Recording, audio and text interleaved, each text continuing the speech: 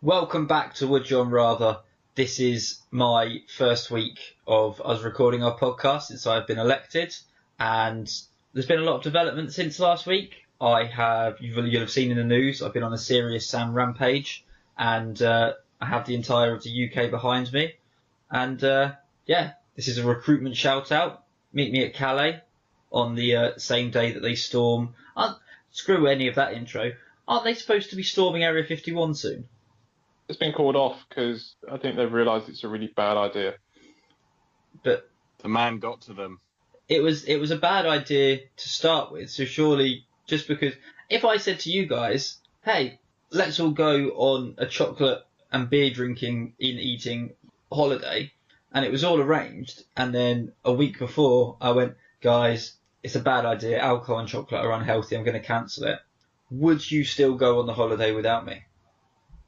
There's a difference between beer and chocolate and being arrested and put in some black ops site and tortured in Cuba than gaining a few pounds. But what I'm saying is, just because one person decided it's a bad idea doesn't mean the other hundreds of thousands of people will. So. Well, I guess we'll find out. But at the risk of being arrested and sounding like a square, not wanting to go and join in. Yeah, probably for the best that it got called off. I have to say, I completely condone it because I will not be joining in, and either way it will be fairly interesting. Either they will release all the aliens and we'll learn lots, or it's just evolution, isn't it? Survival of the fittest. The fittest guy to run to Area 51 and claim all the alien technology for himself. Well, yeah, so either they're doing the right thing, and then clearly they're no better than us, so they will become our overlords, or they'll all get killed, at which point we can further the human race without people that aren't intelligent. Maybe. John's not here, as he disappeared because he forgot that he knew he had plans, and he's off to Area 51. Yeah, in a rush. John's got his vape pen out so he can create a smoke screen so he can sneak through. And then he's going to run his way through the fence. And then pour his Monster Energy drink on the fence to melt the metal link so he can get through. And then, I don't know what other things cool kids do. Is he going to hoverboard his way through the base, attacking people with his mad yo-yo skills? Are yo-yos still cool? No, Fortnite has replaced yo-yos. Oh, so when they're shooting at him, he's going to dab and just manage to dodge all of the bullets? Yes. That's exactly what's going to happen. Brilliant. So my vape is waffle and syrup flavour. Waffle and syrup flavour. Very, very nice. Are there some more pressing questions you could be asking us? Yeah, I guess so. Well, for those that have just tuned in, it was all a joke. I haven't been on a Serious Sam rampage, and I've only been elected your supreme leader in the Three of Our Minds. But it's a good place to live. Anyway, this is Would John Rather, and I'm going to ask two people called John some questions. How does that sound? Sounds like every other week. Well, no, I only asked questions when I won the previous week. Well, that's true. Sounds like the first year then. Yeah. And this is episode 75, and we've just surpassed 2,500 listens, so thank you to everyone who listened. All 5 people that have listened 500 times. Of which we are 3 of them, I'd imagine.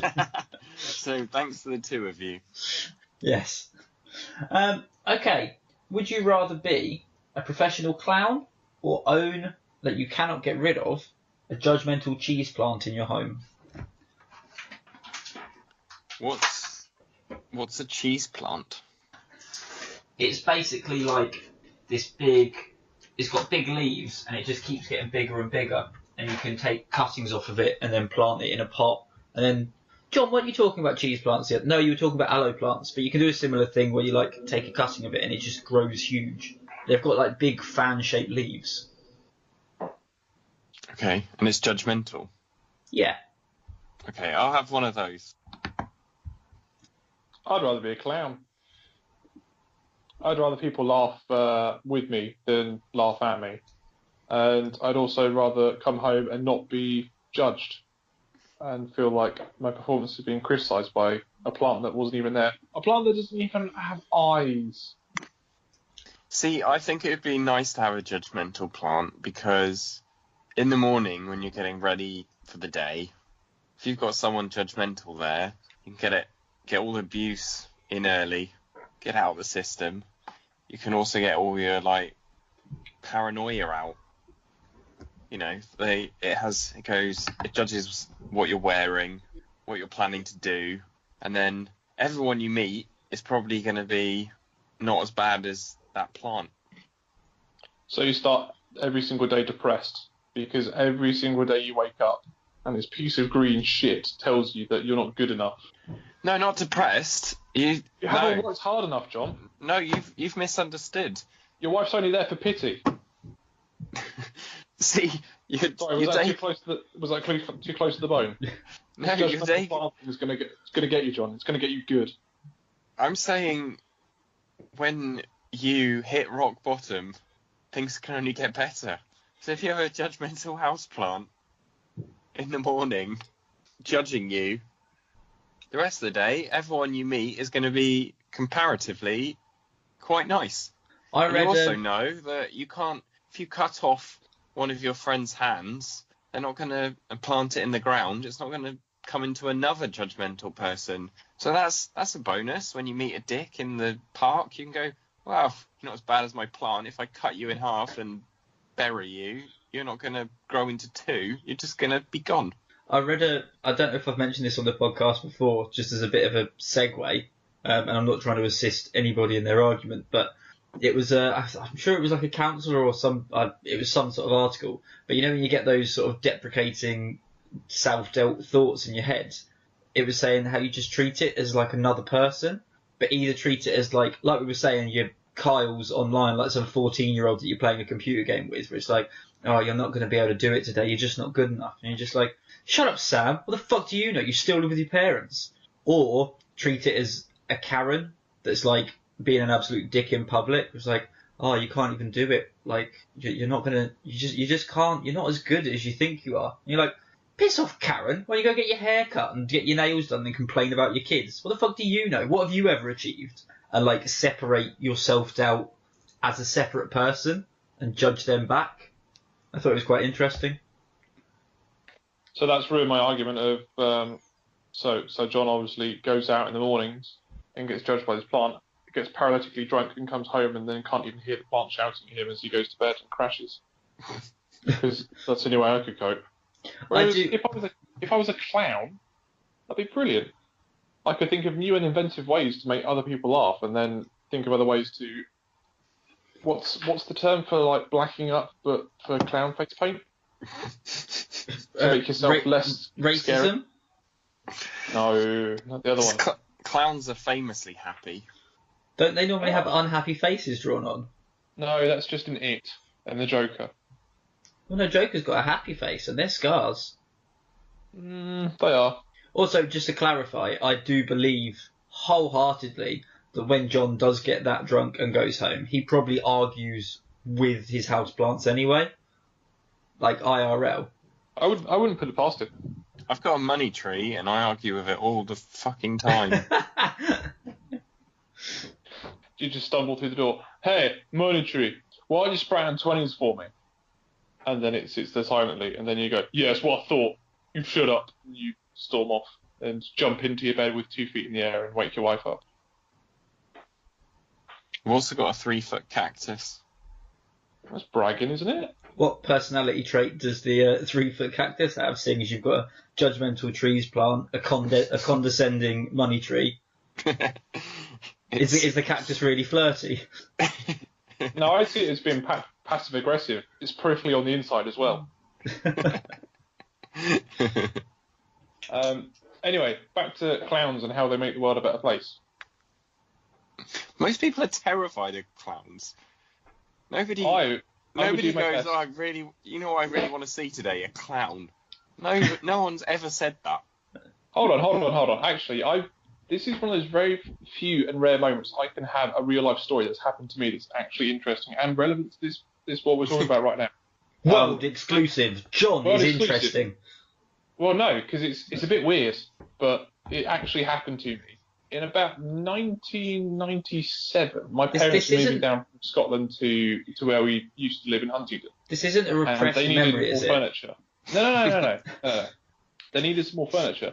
So they went to IKEA at Lakeside in Essex. And this was like the first time they'd ever been furniture shopping, and I was really not interested. I was like 9. I was not having any of it. I was like, no, I'm not doing this. I thought IKEAs were fairly recent. Yeah, no, Lakeside one's been around for years. Been around for many, many years. So they went around there, and they left me in like the kids area outside the front of the store, which is like just inside the front door. And all the kids that were there were like 5, and I was 9, and I was way too cool for school. And I was like, well, I don't want to hang out with these kids. So IKEA also happened to have a clown who made balloon animals, and he was teaching me how to make balloon animals. So to this day, I can still make a poodle and a giraffe. I know they're very, very similar, but I can even get the bobble on the tail for the poodles. And he was asking me like why I was there, you know, where I lived and stuff, like just trying to make small talk. I said, oh, I don't have a home because I was in the process of moving house and our house wasn't quite finished, so we were living with my nan.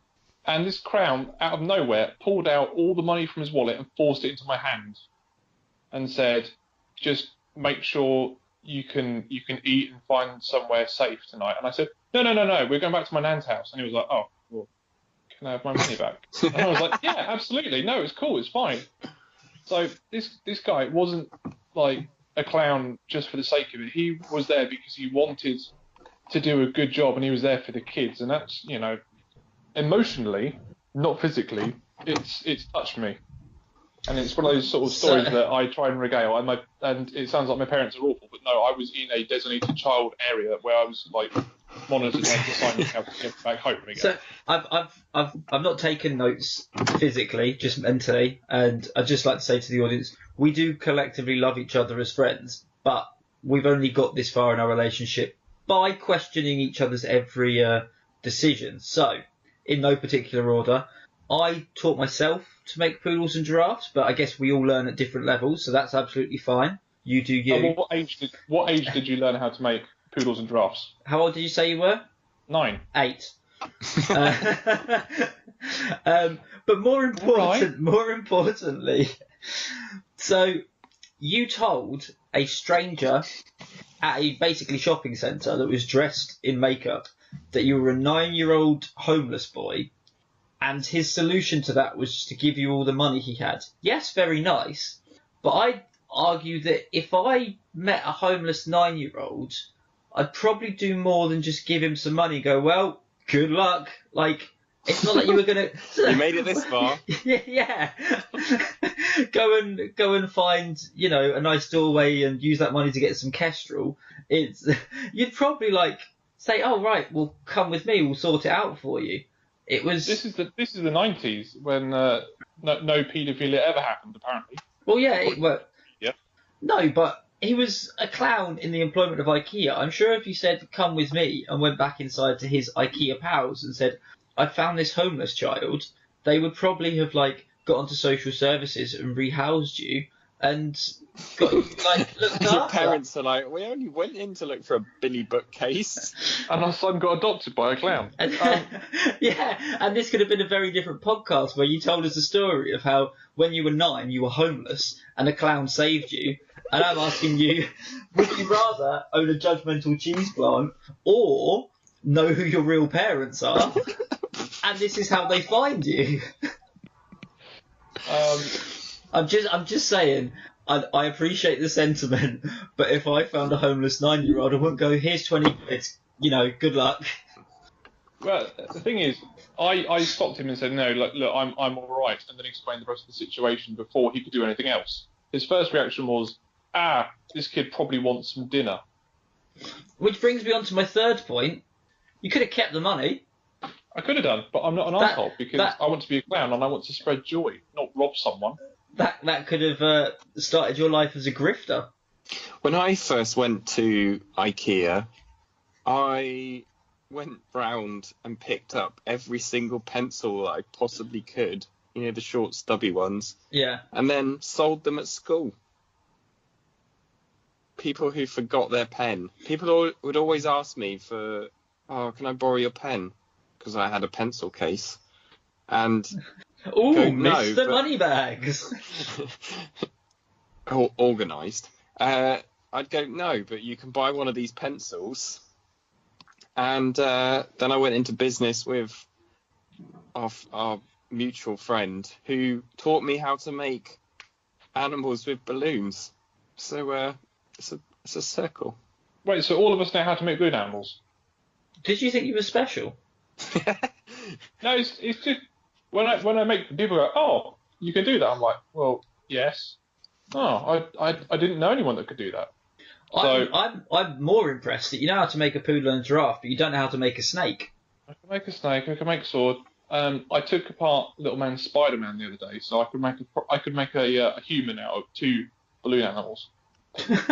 Amazing. So your son got a balloon animal Spider-Man, and your first thought was, how does this work? And took it apart in front of him. And put it back together again. He was none the wiser. Spider-Man the Transformer. Look, son, he can turn into 2 snakes. Look, see, I've got half the skill set apparently that you need for a clown already, and I don't even have to do the full semester at clown college. So I'm living the life. I'm heading down the right direction. Let's face it, my job is a joke anyway. So being a clown would be a positive direction in my life right now. Please don't take that from me. I've seen the syllabus. It's lesson 1, balloon animals. Lesson 2, realising that most people are scared of you, so don't offer to adopt a small child you've just met. Just give them cash to keep them quiet about what really happened. There we go. I could blag my way through that lesson as well. Easy peasy. I wonder what he's doing now. Do you reckon Didn't take his name down. Do you reckon that clown's been carrying that burden for the rest of his life, going, fucking little 9-year-old tried to rob me, bastard? Maybe. Or maybe he thinks, I was trying to do the right thing. Oh, but there's actually even nicer people in the world out there who didn't fleece me for my wallet contents. I'm going to go with clown based on 2 things, and as usual, to be fair, one of them is they're both loosely based around what you said. And the other one is pity. I think clowns get into it for the right reasons, and unfortunately, most people don't find them that funny and are scared of them. But I think they're trying their best, and it does sound like if you were to be a clown, you'd be doing it for the right reasons.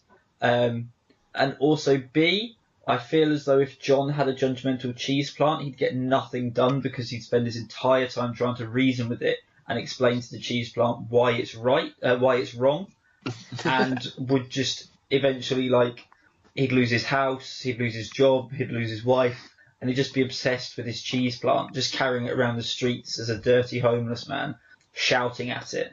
And I don't want that. The cheese plant is right. Yeah. You are a failure. You can't keep a roof over your head. Shut up, cheese plant. Why are you out on the street with me, John? Why are you shouting at me in midday? Why are you drinking Kestrel again? Shut up, cheese plant. And I don't want that for John. No. I'd much rather you were a clown than John was homeless and lost everything. That's fine. I'd force money into his hands if he was homeless, because that's lesson number 2. But only if he was 9 years old. He looks a lot younger than I do, so I'd probably give him that. Yeah, I have no idea how old people are the other day. I said to one of my employees, I was like, oh, so when are you going back to uni? He was like, I'm 17. I was like, what? Because he looked like a grown man. And then there's other staff there, like, yeah, I've just finished uni. And I'm like, but you're a child. You can't have finished university. And then I look back at pictures from when I was at university and I'm like, none of us look like children. But we probably did to old people. I don't know, I look at pictures of myself at uni and I think I do look a bit like a child. I don't look at any pictures of me when I was at uni. That's because you didn't come to visit us. Touché. Ha! No, I visited John. We went to Reading. That wasn't when he was at uni. That was on summer break. So we went to a festival. But John was currently at university between years. You can't go on a walking tour of Cambridge University and say, I went to university. John was between years 2 and 3. And we went 2 and 3? And I visited you and we went to Reading and it was amazing. Yeah, but you went to a music festival. You didn't visit him at uni. Well, no, because uni was shut because it was summer holidays. Exactly. So therefore, you didn't visit him at uni. You just visited John while he lived in Reading. All right. I'm just saying. You give me the victory, but you take away my ability to sound like a good friend.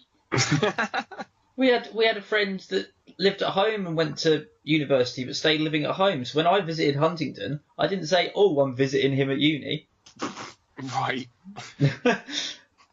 Just saying. Do we have any? Does anybody have? My suggestion of the week is don't pretend that you visited your friends at uni when you clearly haven't. I didn't have to because all of you came home, which was on my doorstep.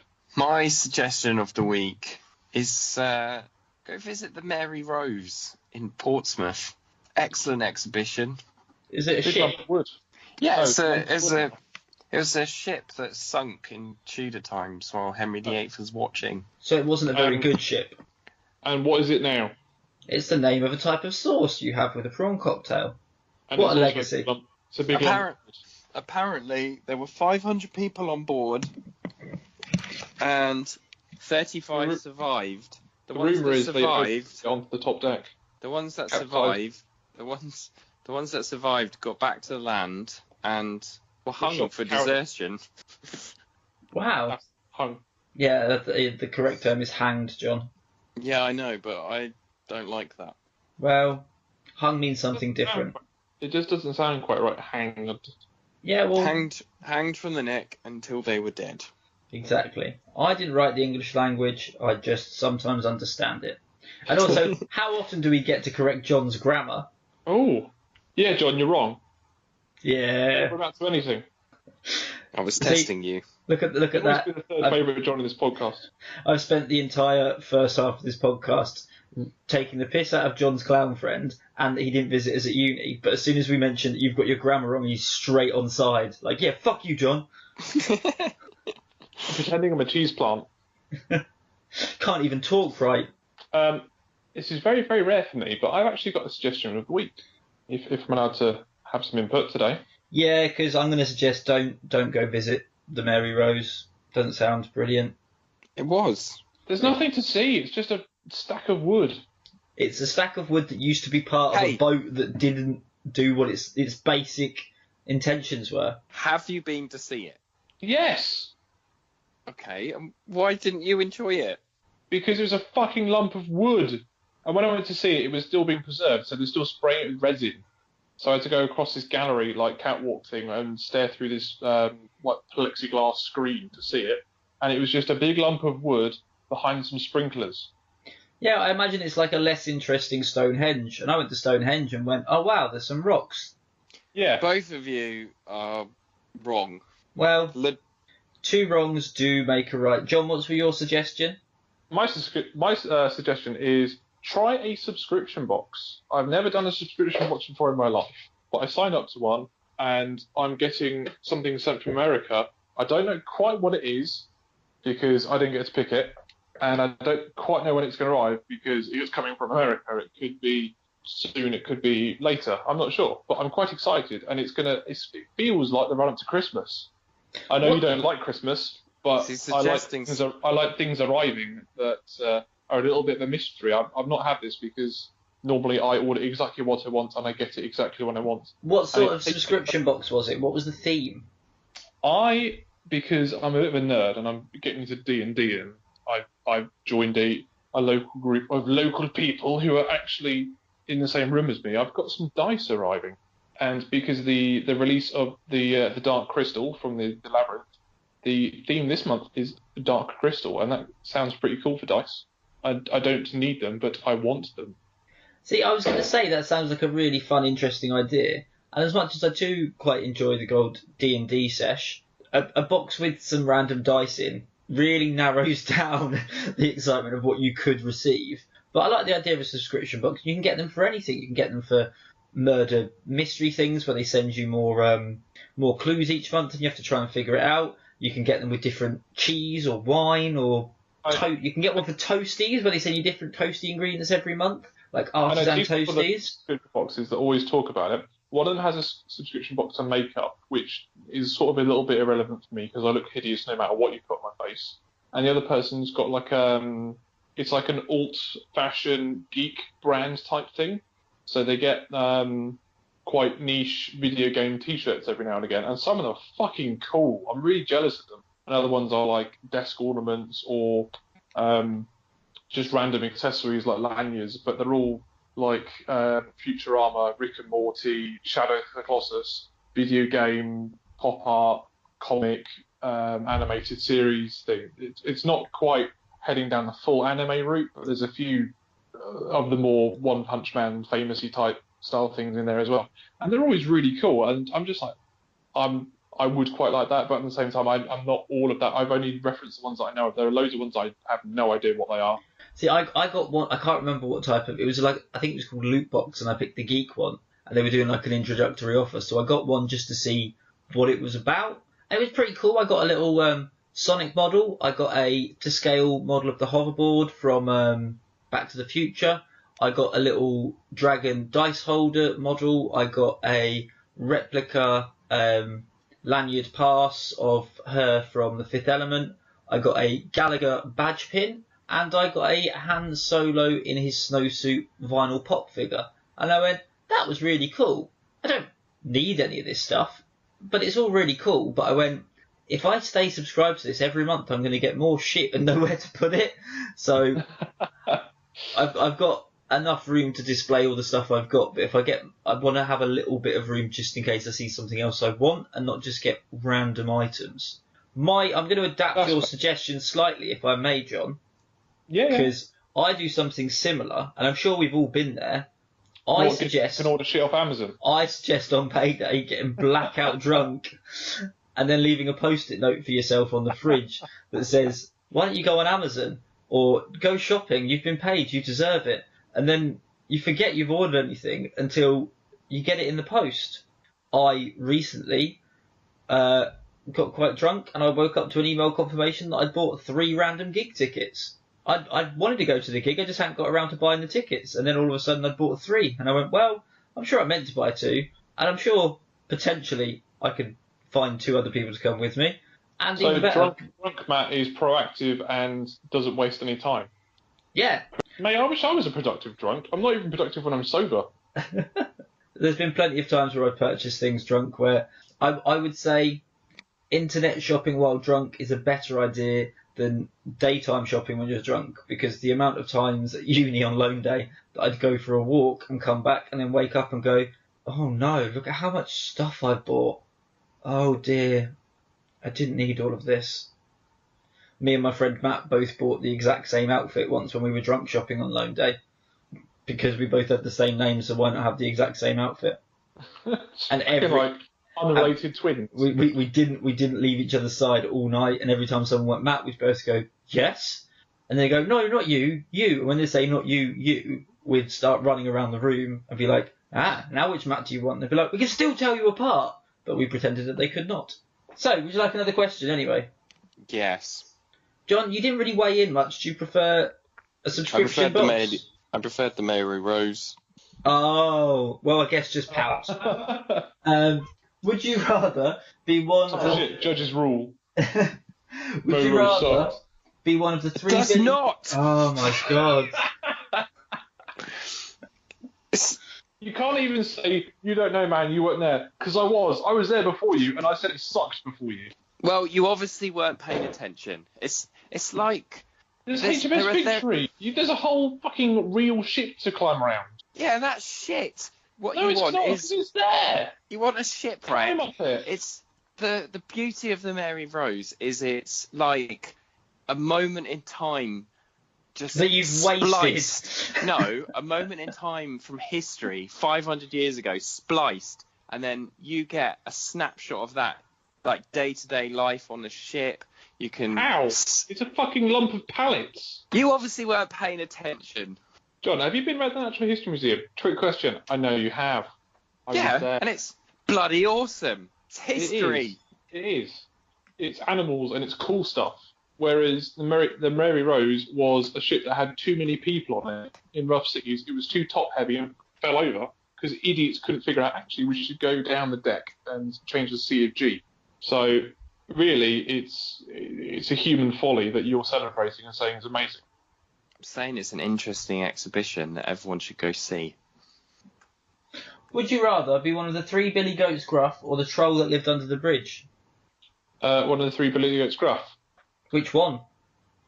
The middle one. Okay. Weird flex, but I like it. Doesn't the middle one get eaten? No. Yeah, it does. No, the middle one doesn't get eaten. The first one goes over and says, "Oh, you don't want to eat me. You want to eat my brother. He's bigger than you." So then the middle one turns up and he's like, "I'm going to eat you." And you're like, well, no. You want to eat the big brother. And then the troll goes, "Oh, okay, right, yeah, I could do that." So then you top him on. So then what you've done is you've hyped up the troll and you've made him like really excited to eat the biggest of them. Because I'm if I was a goat, I'd be a fairly sizable guy. I wouldn't be one of those Peking goats. I'd be one of the African long-eared goats probably. So the troll turns up and he's like, right, gnashing his teeth, rubbing his hands, ready for this goat, and then the big one just annihilates him. So I wouldn't have to do the dirty work. I'd just that's not what happened. The troll ate the first one and the second one, and then the third one negotiated a truce, and then at night the troll ate him as well. Why? No. That's what happened. No. Yeah, that's what happened. That's not what happened. It is. Do you want me to, right, I'm going to go commando style up to my child's bedroom and retrieve my copy of the 3 Billion Express that I happen to have in the house. Yeah, go on then. I'm going to put the podcast on hold there, please, Matt. Right, is he gone? I was trolling him. Very nice. I didn't think you were telling the truth. I quickly picked up my phone and I was like, because I thought maybe it was one of like the Hans Christian Anders things that was made a bit less morbid for kids. And so I quickly gave it a look up and I was like, no. But very nice, very good use of trolling. Jokes on you, I was here all along. Oh no. Because that's what happens when you get to spin the yarn and tell the story. Yeah, why wouldn't you want to be Billy Goat Gruff? They're the ones in the story that say, look, don't fuck with us. There is someone that's bigger than you that will deal with you if you think you're big enough and hard enough. And the troll obviously is thinking outside of his box, thinking he's bigger than he is, tries it on with the third goat. After the other two sent him a warning, don't mess with us. We're too small and weak. Our big brother's on the way. And then boom, you get headbutted with the horns. Anyway, who wants to live under a bridge? You've spent good money on your flat, which is many stories above the world. Who wants to live under a bridge? The Red Hot Chili Peppers. True. It's not about living under the bridge. It's about water flowing under the bridge. It's about new beginnings. Things have passed. Don't get hung up on the details.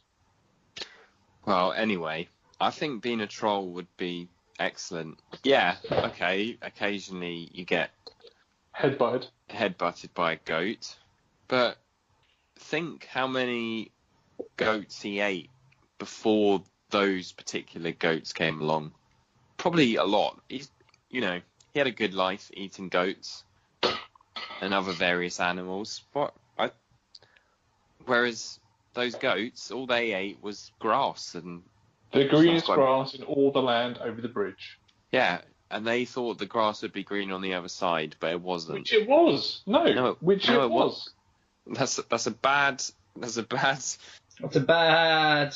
lesson that you should be teaching kids. The grass won't be green on the other side. There'll be a troll that will eat you. The lesson it's teaching kids is get your big mates to go fight people over. And if you are the big kid, if you want the grass that's really green on the inside of the bridge, you need to fight for it. You need to earn it. Nothing's ever given to you.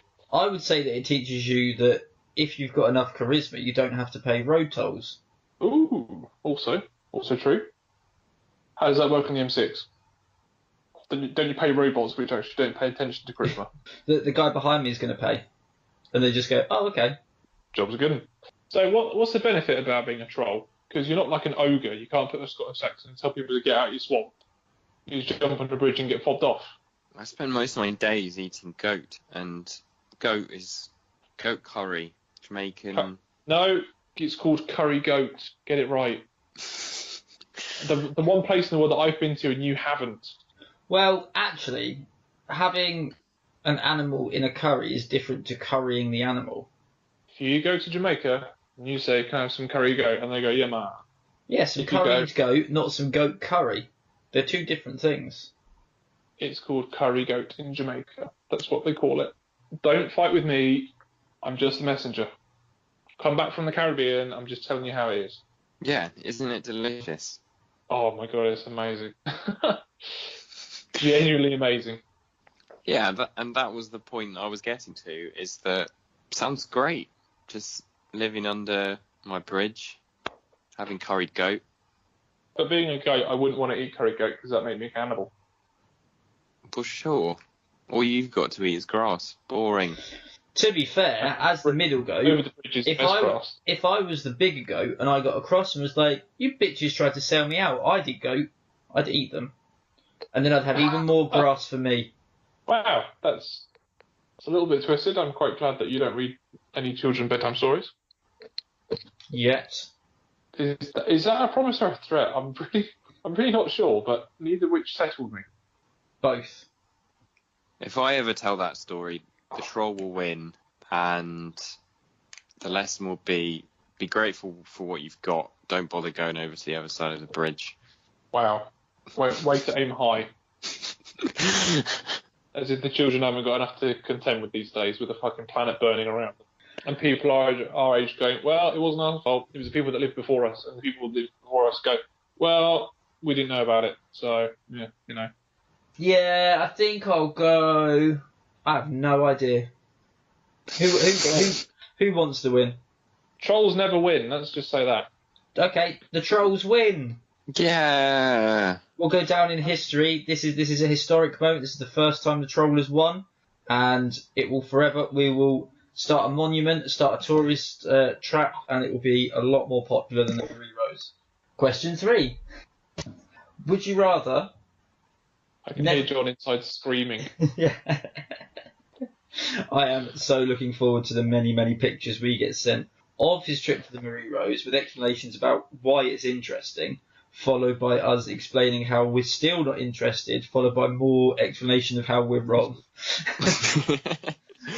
Welcome to your the next week. Yes. I want to know what the sauce is stored in the boat. Would you rather never be able to swear or be unable to use metaphors? I'd rather never be able to swear, because I'm bringing up a child. I think that would be more useful. Well, that's you implying that swearing's never needed, and that swearing's bad. It's needed, and it is bad when I'm around my son, because I've realised that what I've done is I've replaced the word fucking for jolly. Will you get your jolly ass up the stairs? And if I can't swear, then it's fine. I don't look like a complete retard if I let it slip in society. I'm not going to drop them in it, but I know a parent that as long as the children ask for the permission to swear, they're allowed to swear, so that they're learning the appropriate use of when it's the right opportunity to swear and when it's not. And I think that's beautiful. That's interesting. See, I think metaphors are completely pointless. There's never been a useful metaphor. People come up with metaphors all the time to describe why their situation is a bit like some other situation. That would be a simile. No, that's a simile. No. If it has the word like in it, it's a simile. When you're saying something is a direct reference to, when you're saying it is, that's a metaphor. His eyes are as big as an owl's. But that's the point, isn't it? It's not. It can't literally be true, which is why they're pointless. It paints a colourful picture. Yeah. It gives people a better idea. Because no, it doesn't.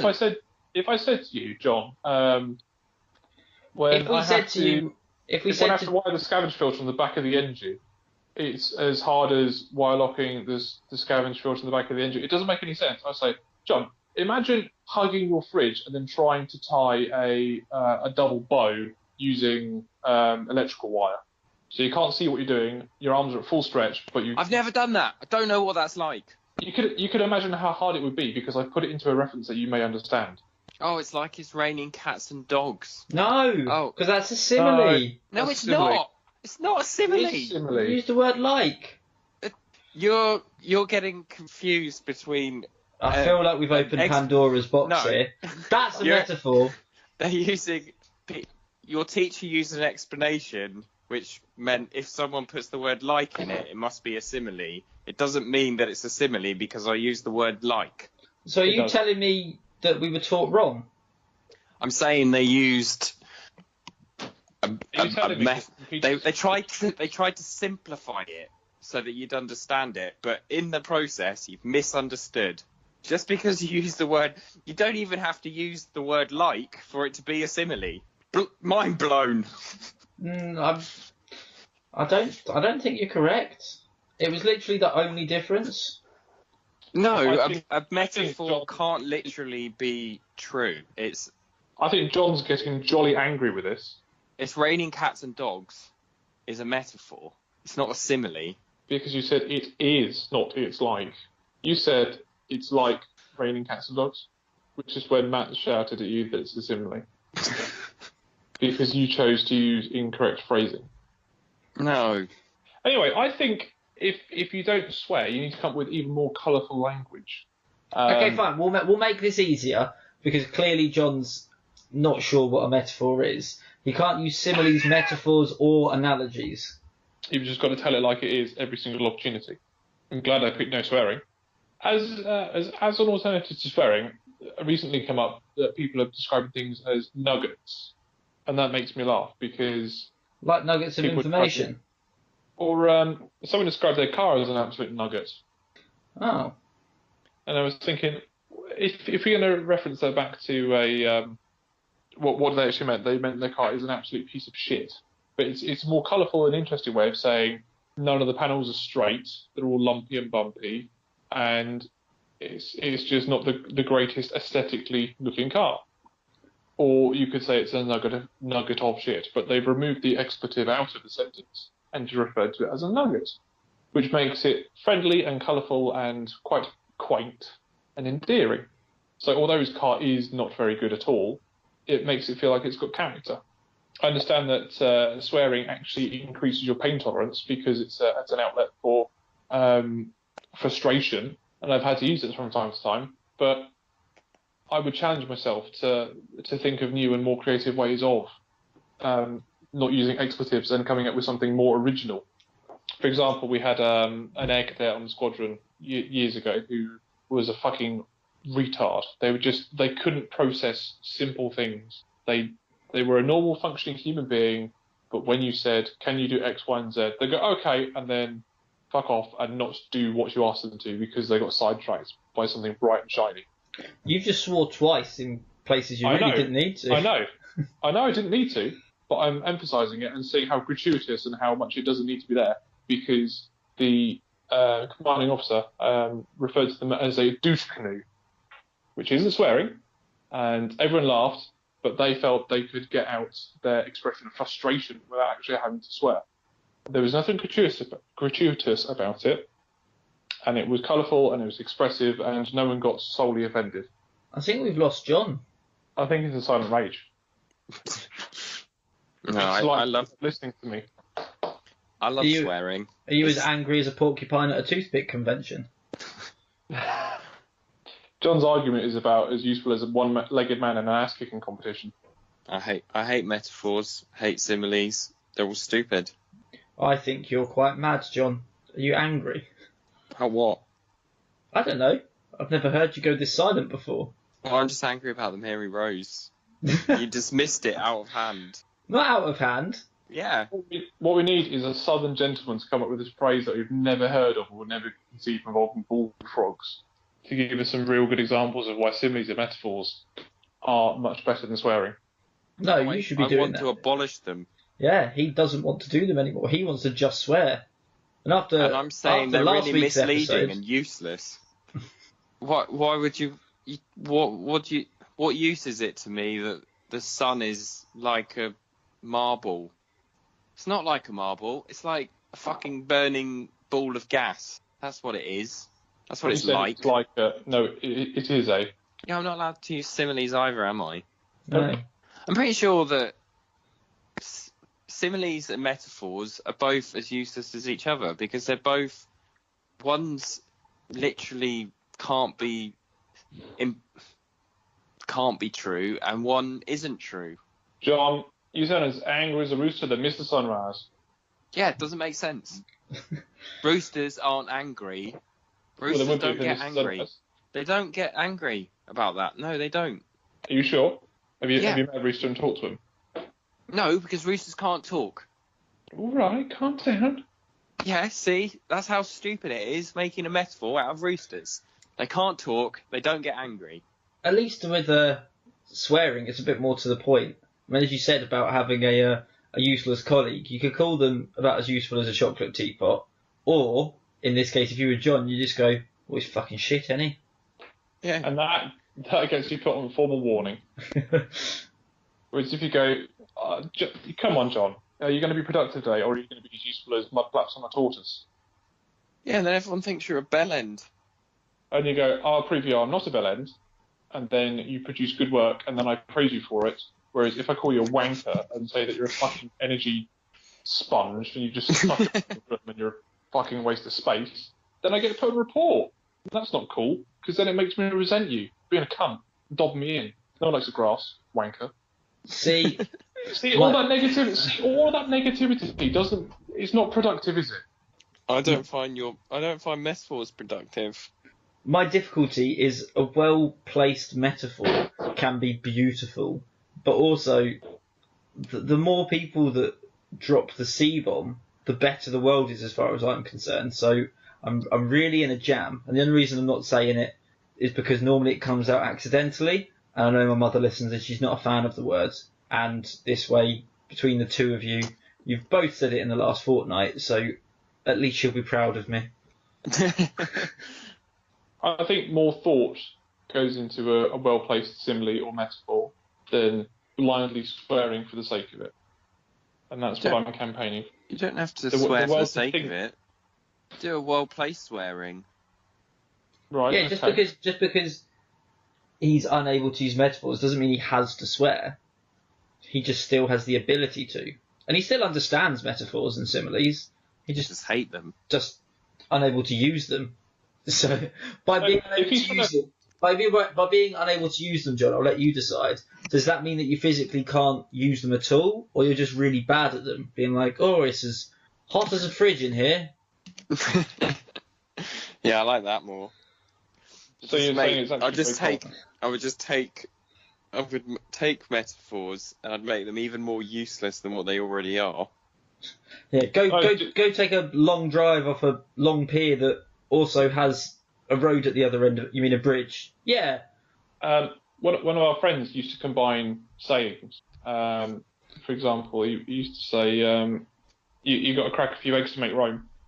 There's a name for that. I'm sure we spoke about it on the podcast the other week. I think they're called Malarisms. I think you might be right. I think we did talk about it because it's something that stuck with me. It's a Malaphor. Malaphor. Does the bear shit in the woods? There's a Pope shit in the woods. Does the Pope shit in the woods? We'll burn that bridge when we come to it. We'll burn that bridge. Oh, I'd much rather like dish out mannerisms than anything else in the world. You can lead a horse to water, but it will kill the cat. Exactly. I've always said that when I have kids, I'm sure we've been through many of the things that I want to do to like mess with them, but I want to teach them. Wait, is this the Harry Potter one, or is this the calling giraffes tall horses one and fucking them up when they go to the zoo with the school at year 5? No, this is one where I teach them to use like metaphors in the wrong like situations. So people like say when in Rome, when it's like, oh, you're on your 6th pint and you're at the pub, and you're like, well, when in Rome, I'll teach them to say that like every time that they need the bathroom. It's like, you're going to the loo again? When in Rome? What? Or like, what do you want for dinner? Well, you know what happened to the cat. Curiosity killed him. What's that got to do with any of it? Huh? No, I want potato waffles. Come on. It's not rocket surgery. No, that's a mannerism. No, it's a Malaphor. Malaphor, sorry. What's that band from Reading? Malafice. Hey, I was hoping John was going to get that. I served it. I put the ball in his court, but he didn't bite. Well, that's because Reading is near Portsmouth, and he's still quite upset. Can something be? I feel like something can be a metaphor and a simile at the same time.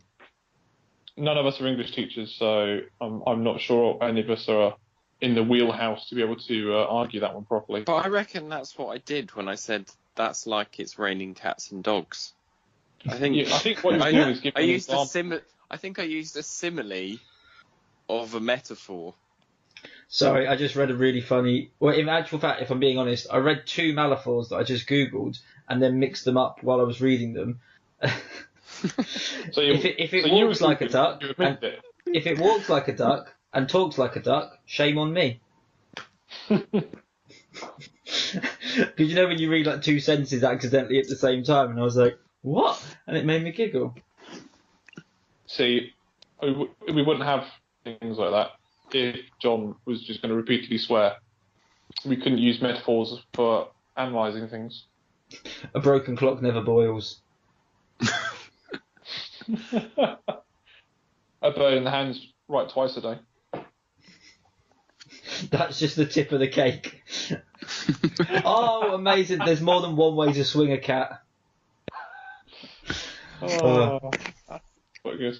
I think that we've proven that metaphors are fun to use because a Malifaux is a type of metaphor, and as much as I like swearing, I think metaphors just lead to a lot more creative behaviour. And also, John, surely you would agree, now that you've already been dubbed the Loss, that using quite clever and specific metaphors, similes, whatever, around the right group of people is hilarious when only half the room gets it. As a man that likes to say things that sometimes only you understand, surely you agree with that. Can you give me an example? I mean, the time that you said lettuce in the Old Bridge Hotel. I'm not sure I enjoyed that. I've never lived it down. I was going to say the lettuce one, but you beat me to it.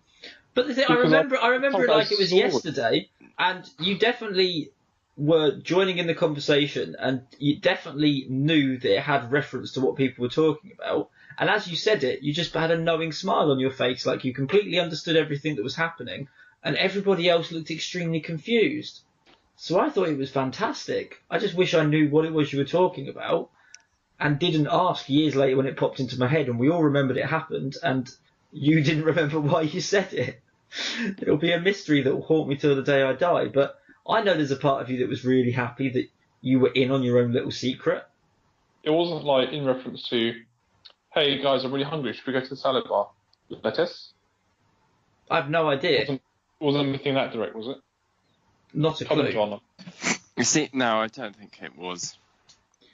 I think the only thing that makes sense to me is there was a part of a conversation that was relevant to, like, literally, like, maybe a minute or so before, but John kind of got thinking about it, joined a few dots in his head and came to the conclusion of lettuce, said it out loud, and in his mind, no time had passed.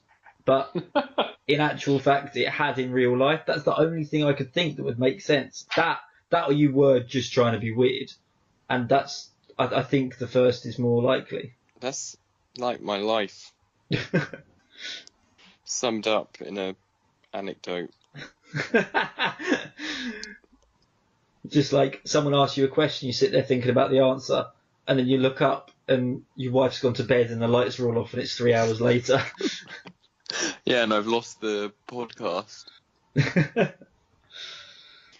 Happens more often than you'd think. Or as exactly as often as you'd think. We're 75 episodes in, so you probably know roughly how often he loses the podcast. Most of the time. To be fair, you only normally lose the podcast when you get angry.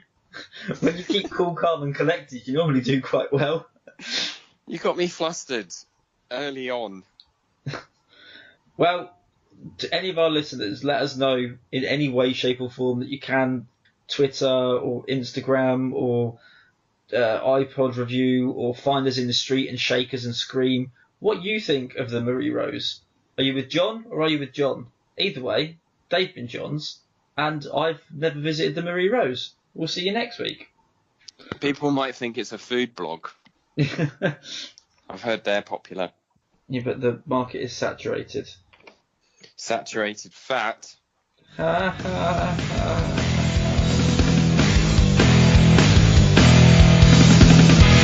Nothing means something. We want somebody to